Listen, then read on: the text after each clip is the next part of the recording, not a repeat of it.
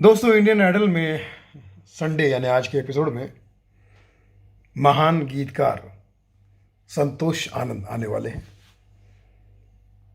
Real Indian idol कहूँगा मैं इन्हें।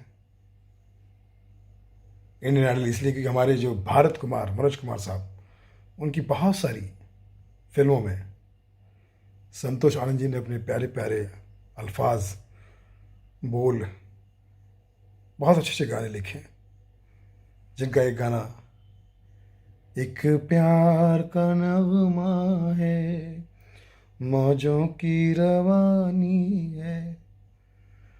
हम सब इस नगमे से, इस गीत से भली भांति परिचित हैं और ये कहीं ना कहीं हम सब के जहनी सुकून का एक साथी है ये गाना। इंडियन आइडल के इस एपिसोड में जहाँ संतोष आनंद जी आने वाले हैं, आज नजर आएंगे, उसमें लक्ष्मण प्यारेलाल जी के गीतों को सजाया जाएगा। बहुत अच्छा ऑर्केस्ट्रेशन है। तमाम हमारे जजेस उसको और सारे टैलेंटेड इंडियन आइडल के फाइनल्स सिंगर जो है वो फाइनेस्ट सिंगर वो गाएंगे उसे।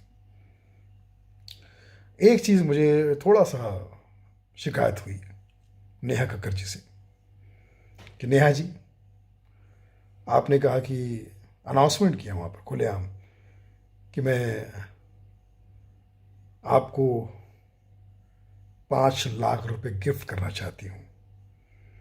उस पर तुरंत संतोष जी ने कहा कि माफ़ करना बेटा, मैं बहुत स्वाभिमानी हूँ, मैं ये पैसे नहीं ले सकता। फिर तुमने बात को संभालते हुए कहा कि मुझे अपनी पोती समझ के रख लीजिए, ये है वो है। डियर नेहा,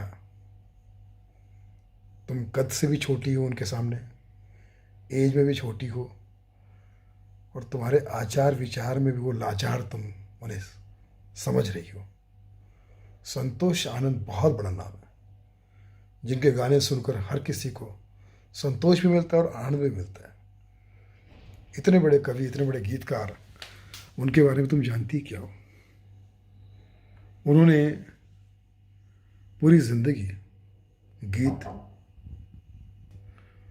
कविताओं को, रंगमंचों को सौंप दी पूरी जिंदगी। वो आज भी देश के बहुत ही लाडले और बहुत ही महान और बहुत श्रेष्ठ कवि है, गुरुओं के महागुरु हैं। वो जिस भी मंच पे जाते हैं, उस मंच पर वो मंच उनका हो जाता है, वो शो, वो प्रोग्राम उनका हो जाता है।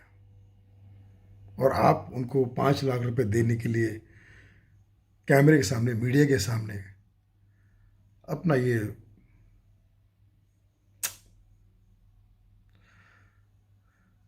आपको अच्छा लगता है? भगवान ने आपको बहुत कुछ दिया है, ऊपर वाले का शुक्रिया अदा करो। जो आदमी नगमे में कह रहा है कि एक प्यार का नगमा है, मौजों की रवानी है, जिंदगी और कुछ भी नहीं, तेरी मेरी कहानी है,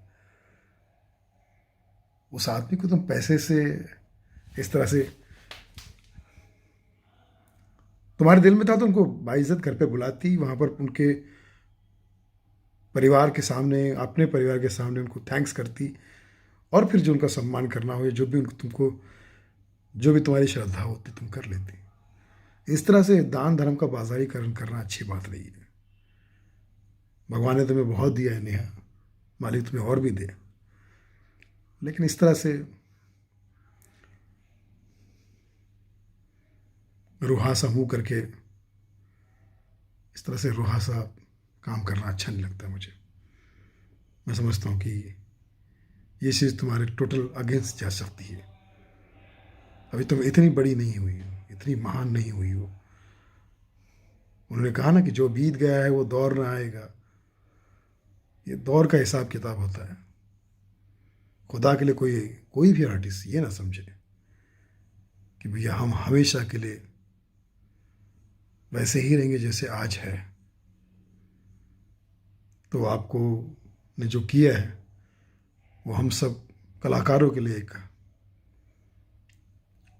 दुखद मैसेज पहुंचा है, थोड़ा सा शर्मिंदा टाइप का हो रहा हूँ मैं। ऐसा नहीं होना चाहिए, क्योंकि तुम मेरी बहुत अच्छी दोस्त हो और मैंने तुम्हें ज़ीरो से देखा है, ज़ीरो से देखा है तुम्हें। आज तुम जिस मुकाम पर हो बड़ा प्राउड फील होता है। कई सारे शोज़ हमने साथ में किए हैं।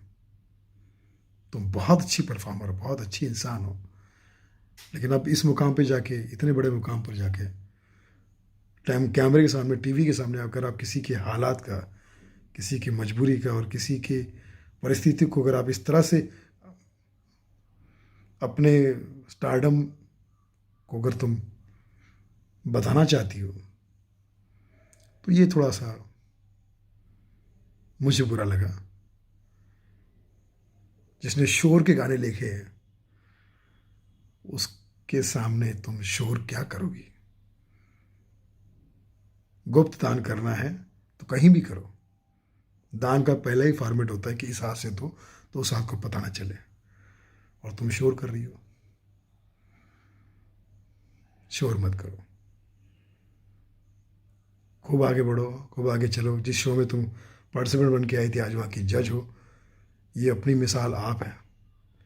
लेकिन यहाँ पर अगर तुम इस तरह से हरकत करती हो कि मैं तुम्हें गिफ्ट दे रही हूँ, मैं तुम्हें गिफ्ट दे रही हूँ, दो गिफ्ट, इसको देना दो, लेकिन चुपके से दो, गुप्त दान करो, मालिक तुम्हें और देगा। ढिंडोरा पीट पीट के दोगे थोड़ा मुश्किल हो जाता है, वो फलता नहीं हो। ऊपर वाले को लगता है यार जिसको दे रहे हो वो भले छोटा हो ना हो, लेकिन जो तुम ढिंडोरा पीट के दे रहे हो तुम बहुत छोटे हो जाते हो, कंप्लीटली छोटे हो जाते हो।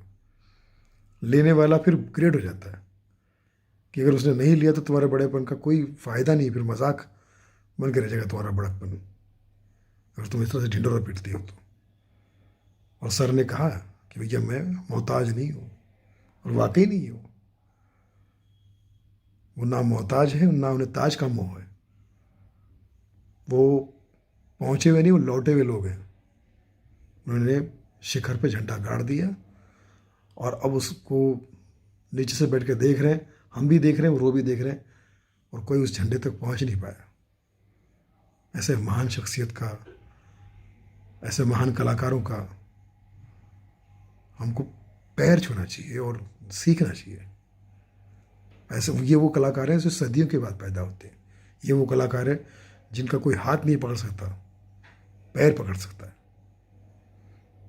तो नेहा, मेरी बात का बुरा मत मानना,